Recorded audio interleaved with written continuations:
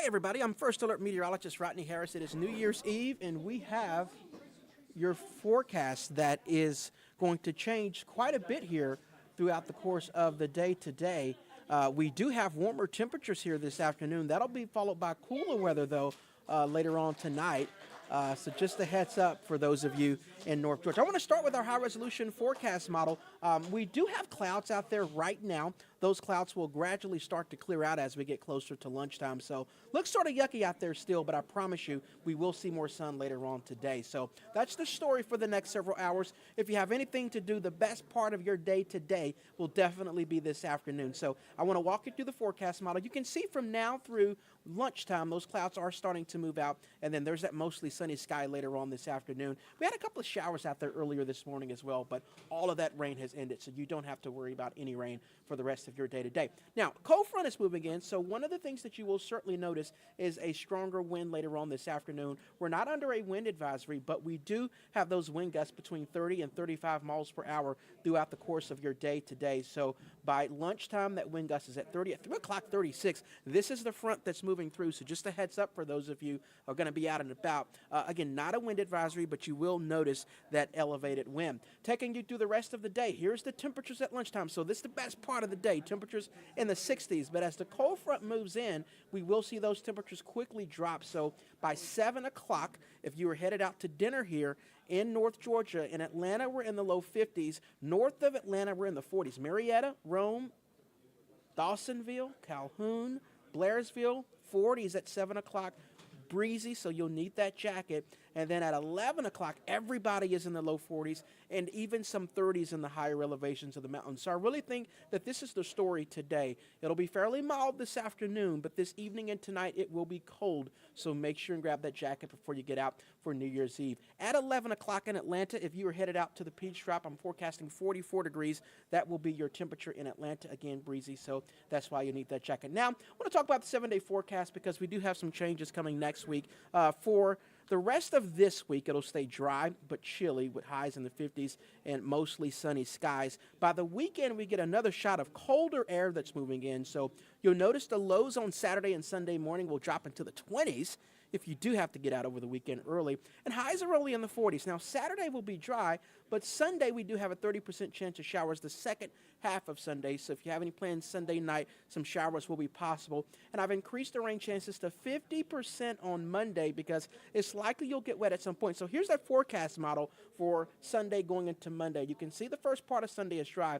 Showers possible the second half of Sunday. And then a little bit more of a sustained rain is possible on Monday. I do want to point out, this is far away from now, so the timing of this will probably change on Monday. I don't really want you to focus as much on the timing as just knowing that Monday we are expecting rain. And because most of you are back to work, you're getting the kids back to school, that's why we decided to First Alert Monday, just so you know that as you get back to work, rain is likely at some point. Now, what you're seeing on this forecast model is just rain. That will be followed by much colder temperatures. So here's what we know about next week. Monday, you'll see rain at some point, and then you will see a hard freeze. Not on Monday, but like Tuesday, Wednesday, and Thursday, our lows may drop into the low 20s. A hard freeze for several days, especially the middle of the week. So we also want to make sure that you are prepared for that. The other thing that we're watching for is at least the potential of some winter weather. Right now, I'm just forecasting a cold rain for Metro Atlanta, but if there were to be winter weather as of today,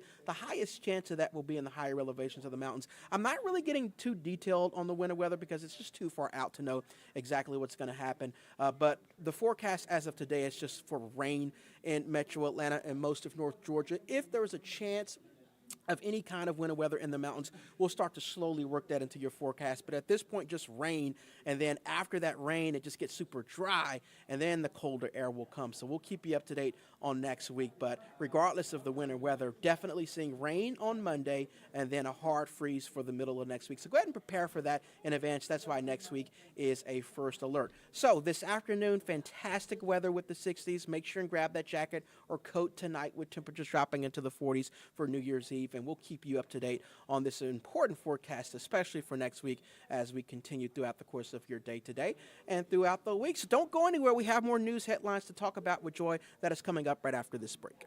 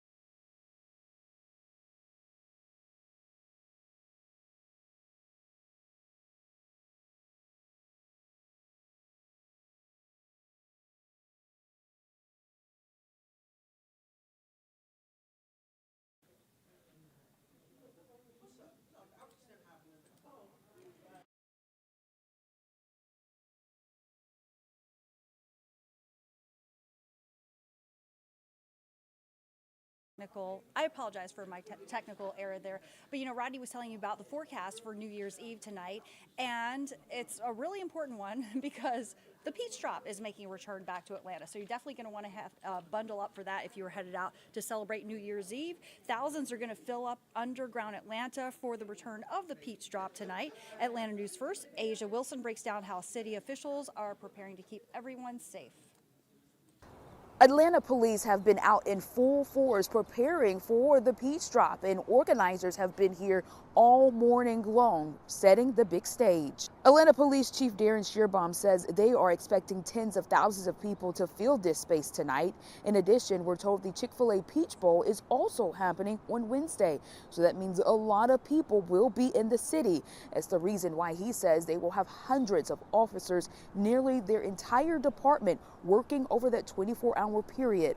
Officials are sending some important reminders ahead of tonight, like using a rideshare or MARTA to get to the peach drop, but also know there will be several roads closed. We're told officers will be on the lookout for people who are not following the law. Addressing celebratory gunfire, addressing DUIs, and wherever the city may call upon its police department, we're going to be there. We'll be there quickly.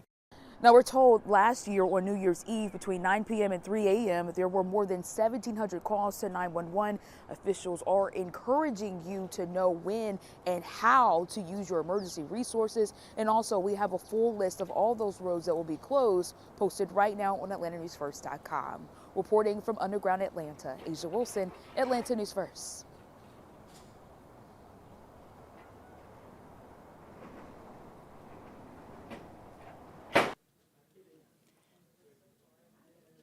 And also this morning, we are learning more about how you can celebrate the life of former President Jimmy Carter. Official services lasting 6 days. Remember, our former president from right here in Plains, Georgia. Atlanta News First, Sarah Hammond, reporting from Plains where the official events begin.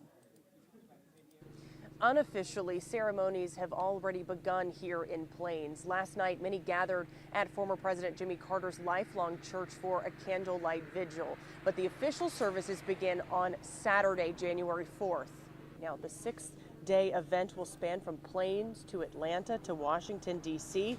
Carter's funeral procession will begin Saturday here in Plains and head to Atlanta, where he will lie in repose at the Carter Presidential Center until Tuesday morning.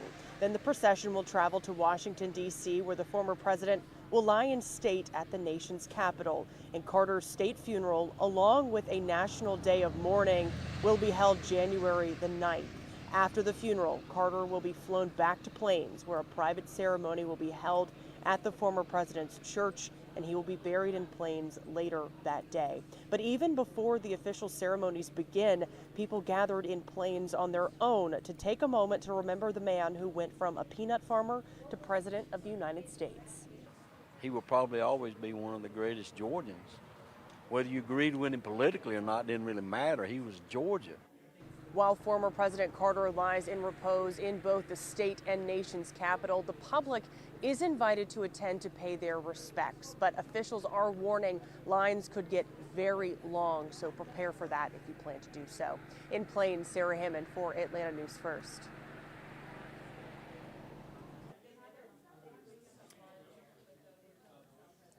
And President Carter left the White House more than 40 years ago, but his legacy is forever ingrained in Washington. As President, Carter appointed Patricia Harris as the first black woman to serve in a presidential cabinet. He also appointed Andrew Young, who became the first black ambassador to the United Nations. And now we're hearing from a man who covered President Carter extensively. Ernie Suggs is a race and culture reporter for the Atlanta Journal-Constitution who believes President Carter played a key role in moving our nation forward. I think that Jimmy Carter laid the path to let people understand that this world is not only about white men. This country is not only about white men. It's about diversity. It's about women. It's about blacks. It's about gays. It's about Southerners. It's about Northerners. It's about everybody who can help make this country better.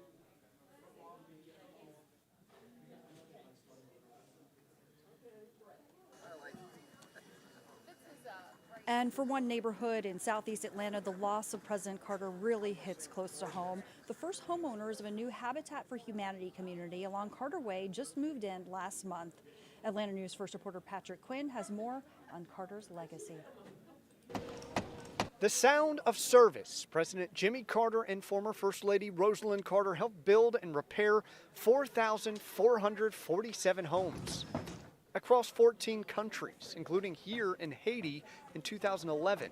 And in 2019 in Nashville, Tennessee, at 95 years old, Carter's dedication on display. A black eye and 14 stitches couldn't stop him from lending a helping hand. We've always got more out of it than we put into it. And in Atlanta, Habitat for Humanity just dedicated these 6 new homes along newly minted Carter Way, named after the former president. I think about him every time I write down my address. Ebony and her family just moved in last month. She said she's forever grateful to Habitat and the former president. Just being able to find affordable housing, safe housing, my children have the ability to play outside. For Carter, his partnership with Habitat in Atlanta spanned decades. In 1988, the Carters helped build 21 homes in the Edgewood neighborhood. He's been such an incredible champion for our mission here at Atlanta Habitat across the entire Habitat network. But what an amazing humanitarian. Rosalind Merrick, CEO and president of Atlanta Habitat, said arguably more impactful than President Carter's handiwork was him shining a spotlight on the housing crisis, an issue still very much front and center in Atlanta. The spirit of everything that he stood for is so core to our mission and the work that we continue today. We greatly, greatly appreciate him. Thank you, President Carter, for everything you have done for us.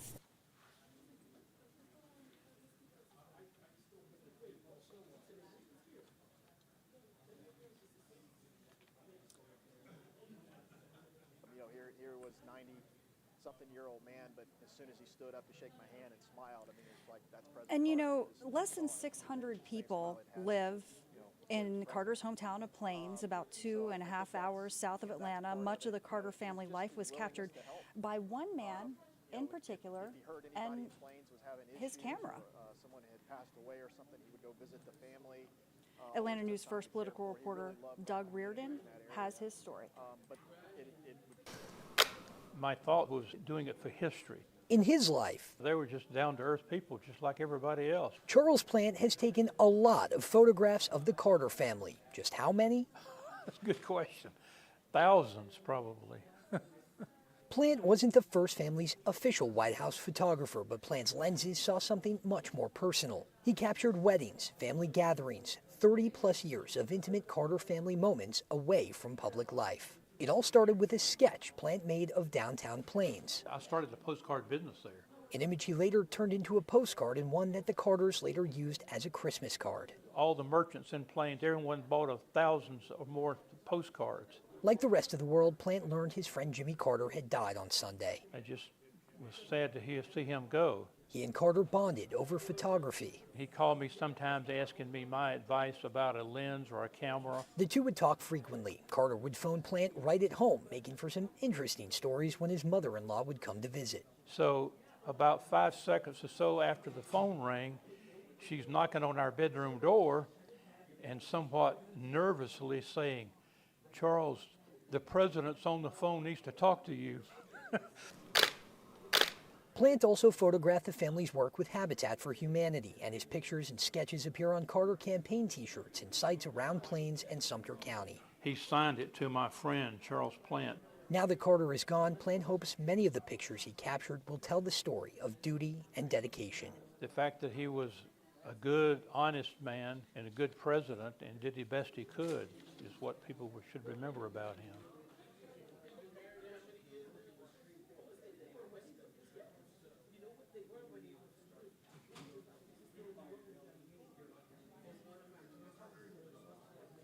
And you know, the day that Mr. Carter became president, he was given lifetime protection by the Secret Service, like all presidents. One of the agents who guarded Carter spoke to Atlanta News First Tracy Hutchins about his time with Georgia's native son.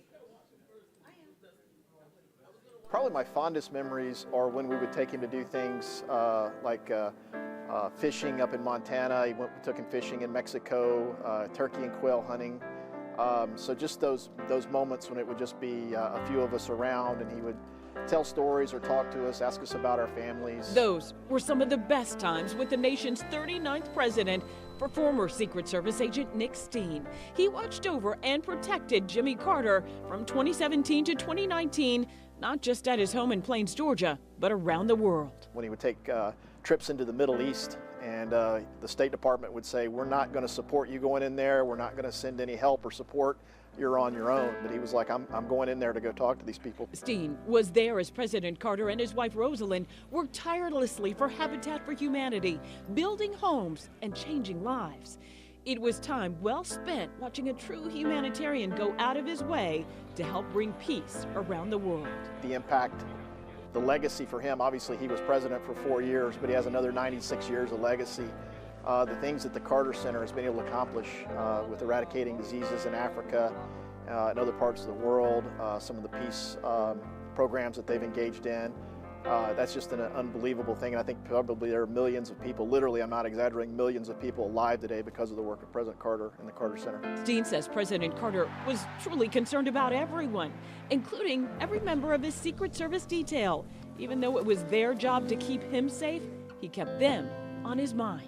Definitely we were a part of his life as much as his family for a long period of time, so I think he was genuinely grateful for the work that we did day in and day out to keep him and his family safe. I, Jimmy Carter, do solemnly swear.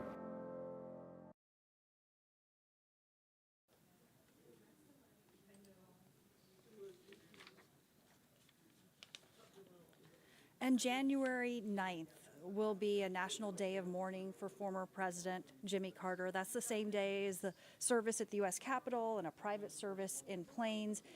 In this proclamation made about this date, President Joe Biden asked all the people of the world to join in this observance. The U.S. stock market will also be closed. And this morning, as you can see, there is a growing memorial at the Carter Center in Atlanta. Dozens are heading there to place flowers, even peanuts at the base of that sign, paying their respects. Of course, Mr. Carter was a peanut farmer before serving as state senator, governor of Georgia, and then the 39th president of the United States. And here we're looking at Plains, Georgia, his hometown. And a reminder, Atlanta News First will have extensive coverage of the tributes for President Carter in the days and weeks ahead as we continue to remember his life and his legacy as well. And we're gathering, moment by moment, new information about the funeral plans. And remember, you can follow it all on AtlantaNewsFirst.com, our free mobile news app, or Atlanta News First Plus, which you're watching right now. Encourage you to also download our free app if you want to get updates sent right to your phone as we continue to honor the life and legacy of the late former President Jimmy Carter. Now back to Local News Live.